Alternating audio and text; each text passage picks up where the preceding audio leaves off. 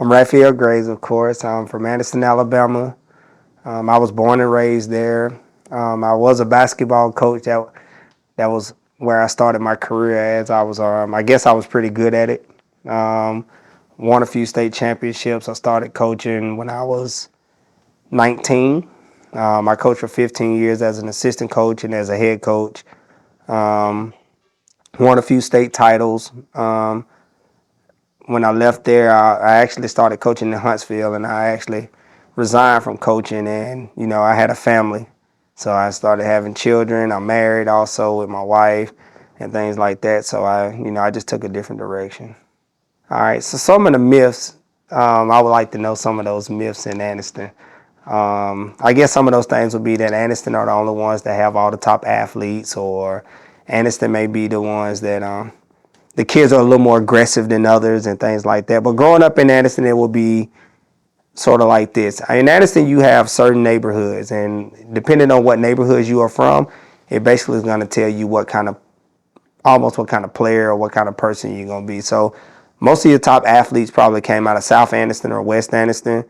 You hardly ever had athletes on the north side or on the east side when I was growing up. But when you was coming through the west side or things like that, you was almost like it was survival of the fittest. Like if you couldn't bring your own, or you couldn't carry your own weight, you wasn't gonna play. So I mean, when it came down to, like you said, growing up being the only, I mean, I grew up in a project complex with 50 boys, and I'm the only light skinned boy out of the 50. So so if you couldn't bring it, or you couldn't survive, or you weren't smart enough to survive, you probably couldn't be out there. So, and it was an expectation too that as a kid growing up there, you had to play sports. You had to be good at basketball, you had to be good at football. So the pecking order was kind of set when you was a youngster. You know what I mean? And by the time you got to high school, it was like, okay, we already know who he is. If you made it through that middle school, you definitely knew who that person was. So I mean, I guess growing up in Anderson, I would say it was probably different from a lot of places because it was so many athletes, and you having to filter through all those athletes or all those kids. And some kids were tougher than others, and some of those tougher kids or better kids, they didn't make it. With us being from Alabama, I do believe we are, I can't say light years behind, but we are behind a whole lot of other places. When you're talking like Florida, when it comes to the exposure, the competition, and things like that. From what's going on now in this area in Anniston, I think it's a really good thing because, I mean, I think you take Anniston High School right now, just on their roster, they got 9 kids that hold Division I scholarship offers. And that's never happened, but I think that has changed with the camera. Everybody now possesses a camera. Now with the internet, when you have the internet, you have YouTube. I mean, you have free platforms to put yourself out there. And I just think now we just got to the point where people are starting to put them out there. Where before, when we were in school, it was more of, if you're good enough, they'll find you. Now, kids and the platform is like, you know what? No, I'm going to put myself out there. And if I'm good enough, they will see what I put out there. Where when we were in school, you get in the Anderson Star, you think you a star. Well, the Anderson Star, those college coaches don't get the Anderson Star. And we depending on that to be our scholarships opportunity, or give us our scholarship opportunity, and it just doesn't work that way. And so I just think we have gotten to that point. I would say in the past decade, you can kind of see that change. And to be honest with you, I think, especially for basketball, I know that changed a little bit when we got to Sacred Heart, because we had kids that had mixtapes in 7th, 8th grade, and that's never happened, and they was on the varsity. And I know some seniors now that play here in our area, seniors, juniors, who still, you can't prove to anybody how good Pootie was or Marcel was or any of them, because nobody had the camera or the platform. How have I changed and looked at life and people since I'm older and I'm a college graduate? Okay, I would say, like, I want to say Muhammad Ali said that if you're the same person that you were 30 years ago, you've wasted 30 years. So, as you get older, you live and you learn. And that's a really, really good statement. You live and you learn, but the key thing is you have to live. And I think what I've learned over the time is people that you thought had best interest for you, they at times they don't. I think they feel intimidated or just in a situation where you may outgrow them or you may leave them. And I just think with me growing up the way that I did, you look at life differently, and you don't really think you think you have so much time, but as you get older, people start passing away and and you're not used to that. So when I started to see that, I'm like, you know what?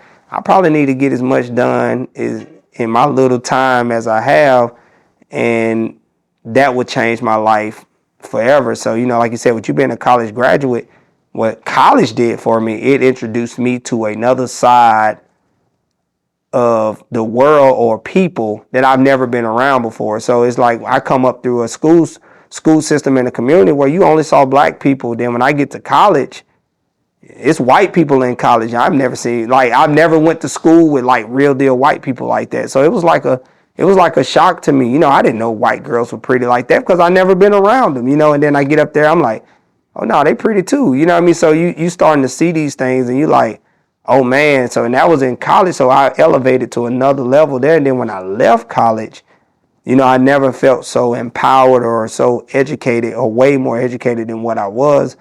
And thought, you think you like, I'm ready for the world. I'm ready for that job, and not knowing that it's a competitive world out here and it's dog eat dog. And so when I stepped, like you said, in your life, you just look at it totally different because you have to be aggressive. You got to know where to soften that. You got to know, like, you have to know so many things in order to be at a level that you want to be in life. And I just think I had some really good people to help me along the way, and good and bad, so you just take those things and just, put them all in the ball and who you are, and you just make the best of it. So what I wish I knew then was, I wish I knew that, it was okay to grow up in the situations that I grew up in as a kid. I wish, and what I mean by that is to say, what, I grew up in a community where you hardly saw any fathers.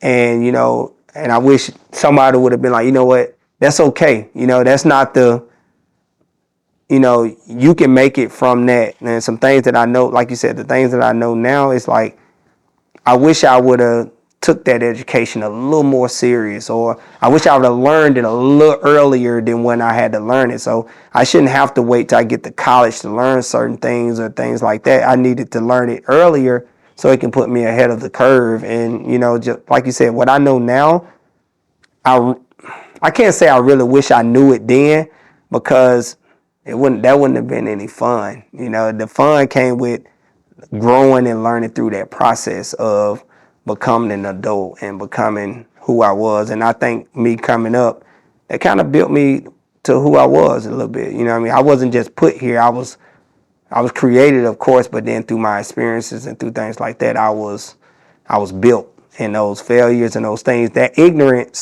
some of that ignorance that I did have, it made me take risks that I didn't know I was taking. And so, those risks end up put me in better situations. Some of those important successes in my life is, just looking back at where I was growing up in my family and the way my family is. So when you growing up in the projects like it was when I was a kid, single mom, 5 kids, mom been through divorce, grandmother lived in the house. Like, I can kind of remember when my mom was married, and when she was married, we had to be in bed. We had to take a bath at a certain time. You eat at a certain time. You're in the bed at a certain time. You waking up at a certain time. You know who's making your lunch. You walk into school. You come home. Like, it was so much structure there. And then when she divorced, it was gone. And so then life just went to it just took another turn. And then when it took another turn, it's almost like we was left to fend for ourselves a little bit. So then it went from structure to no structure. Love still there, but no structure at all. And so when now you having to find out where you're going to get your food from and what you're going to wear and things like that. Nobody's ironing your clothes no more because mom is out here grinding like crazy. So it was just one of those things where that success like I said, when I look back at it on important successes, let's look at it now. So when I was a kid, you had that going on, but I look at it now. So we went from not a male in the home to now I'm a husband. I mean, I'm a husband. I have my wife. My wife didn't have a dad in the house, but she's seeing me be a dad to my own children. Where my sisters, two of my sisters now, they both are married, so they have husbands at home and they're being fathers to their children. And then my mom is now married, so you can kind of see like everybody is, we're not all here together, but when I say success, the success comes from, I look at our upbringing and I'm looking back where we were and I'm looking at all of us now to see how we are. And we aren't in the same place that we were 30 years ago or 20 years ago. We're in better places now. And I mean, and for our successes, that's a success on a family standpoint. As far as like, if you want to do it on a career standpoint, some of those important successes were, like I said, I was a coach of basketball and I had a birthday this Tuesday. And on my birthday, just to see all those players just come on and like, Coach, thank you. Happy birthday to you, Coach. We love you. We talking about kids, not the kids that only is going D1 or the kids that went to college. We talking about the kids who probably wouldn't have made another team at another school. So these are kids say, you know what, Coach, those things still stick with me to this day. So, I mean, I would say like on the success standpoint, those important things, you know what I mean, just to be able to endure and be able to be an impact or be vulnerable enough or genuine enough to help others. So I would think when it comes to like those important things in success, I would say those are some of the successes that I really enjoyed. Besides my children, now my children, that's a whole nother story. One of the things that I live by too, you can't be a boss if you can't take a loss. So you're gonna take a loss. It's just a matter of, are you preparing yourself for the worst to take the loss when it comes? Because it's gonna come. And I just think, like you said, that adversity and those setbacks, they're gonna happen. I mean, and we can't tell people the magnitude of their setbacks or their adversity. Adversity is adversity. Everybody adversity is not going to be the same. Everybody adversity is, you know, some may be longer than others, some may be shorter than others. And I just think if you don't go through any adversity, you know, it's going to be hard for you to reach your true potential. I mean, it's like you said, under pressure. A diamond has to be put under pressure. And once a diamond gets put under pressure, then you can put the heat to it to see what it is. And then when it gets its cut, it just gets its cut. But that's only if you're trying to be a diamond. So, I mean, that would be the successful analogy that I would use to try to make people understand that you will have to be put under some kind of pressure and heat, or you will have to show that you can overcome some kind of adversity and setbacks to be successful. It's just not going to come to you and just think in some roses and some flowers and say, here you go, baby, you can do it. No, it just doesn't work that way. The definition of my successes or our successes that, you know, just like I said, just growing up with nothing, and when you just saw a ounce of opportunity, you like, man, I want that. And then when you say that you see it and you like, man, I want that.